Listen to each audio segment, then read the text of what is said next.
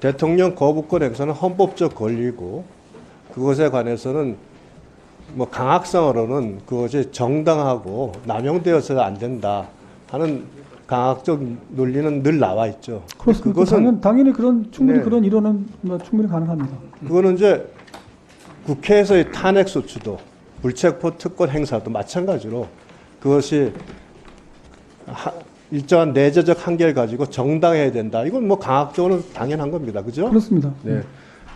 그런데 윤석열 정부 들어와서 거부권 행사한 게 한 24건이 되는데 그 모든 법률을 다 아마 거부권 행사하는데 의견을 내셨을 거예요. 그 그렇습니다. 모든 법률이 행정부의 권한을 아예 제한한다든가 예산 자체를 그러니까 예산 행사를 국회가 결정한다든가 하는 위헌적 문제, 상권 분립의 문제, 또한 이미 위헌성이 인정된 특검법을 2번, 3번 위헌성을 더 가중해서 발의를 해가지고 법안을 이첩시켰기 때문에 거부권 행사할 수밖에 없었던 거 아닙니까? 그렇습니다. 뭐 거부권 행사한 법률 중에서 무슨 다른 이유가 있어서 거부권 행사한 법률이 있었습니까? 다른 이유는 없습니다. 네.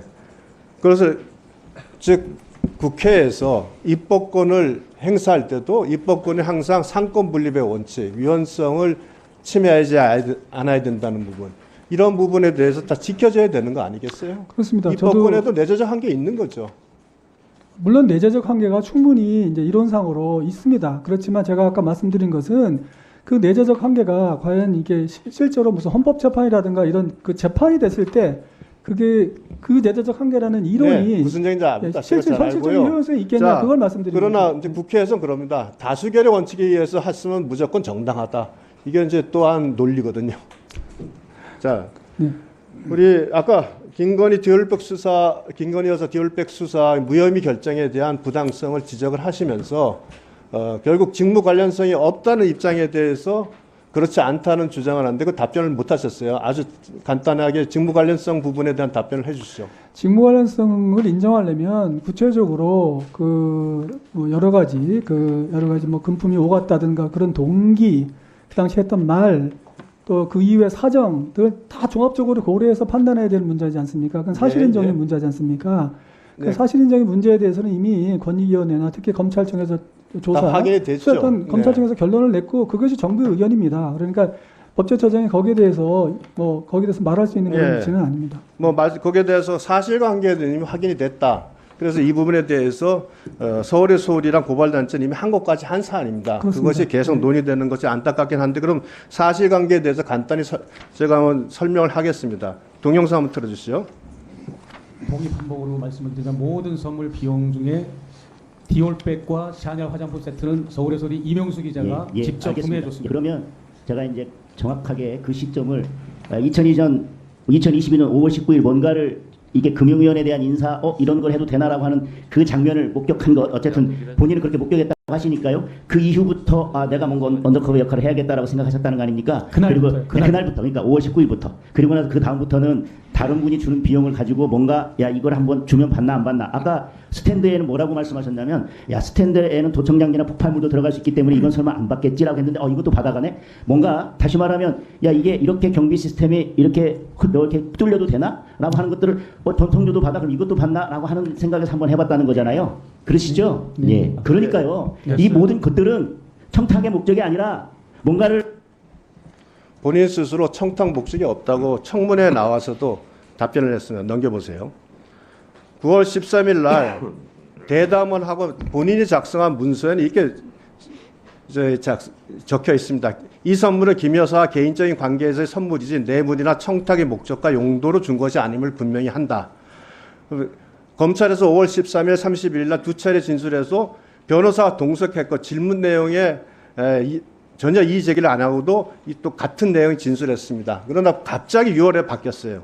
심사 소위에서는 유도신문에 의해서 소극적으로 청탁은 없었다고 답변했다고 한다. 자, 이 내용을 다 놓고 보면 이거 본인이 청탁이 없었다고 명백히 자백하는 거 아니에요? 어떻게 보이세요? 근데 어쨌든 그렇게 얘기해놓고서 그 이후에 또 진술을 바꿨다고 하는데 저 오전부터 그렇게 봤습니다만 네. 결국은 이 사실 판단은 권한 있는 부서가 검찰청이니까요. 그러니까 검찰청에서 결정했으면 그게 정부의 입장입니다. 예. 객관적인 사실관계에 맞춰서 조사를 했고 항고까지 했습니다. 이제 항고 결과를 지켜보면 되지 않을까 싶습니다. 언제까지나 정치적으로 탄핵 특검이 계속 난무해야 되는 문제입니다. 사실관계에 틀린 것은 아니 의원님이 말씀하신 것을 하고 국민의원 발언에 대해서 네, 1분만 하세요. 1분만 하세요. 얼른 하세요. 아니 왜안 돼요? 상대방 의원을 의사진행 발언 잠깐만요. 네, 저한테 하세요. 네네. 저한테.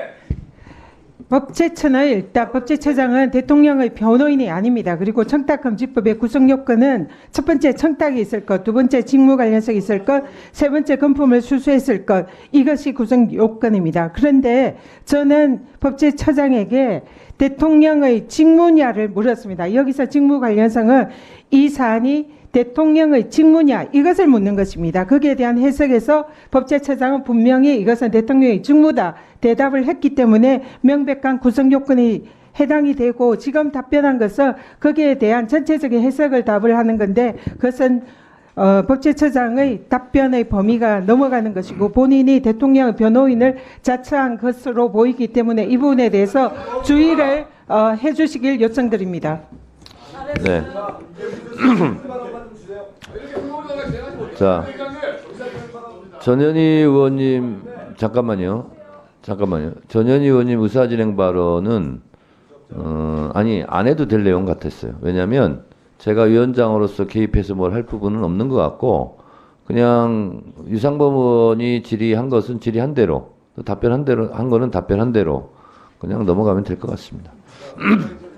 네, 정리를 했기 때문에 시간이 없습니다. 저도 5분간 질문하겠습니다.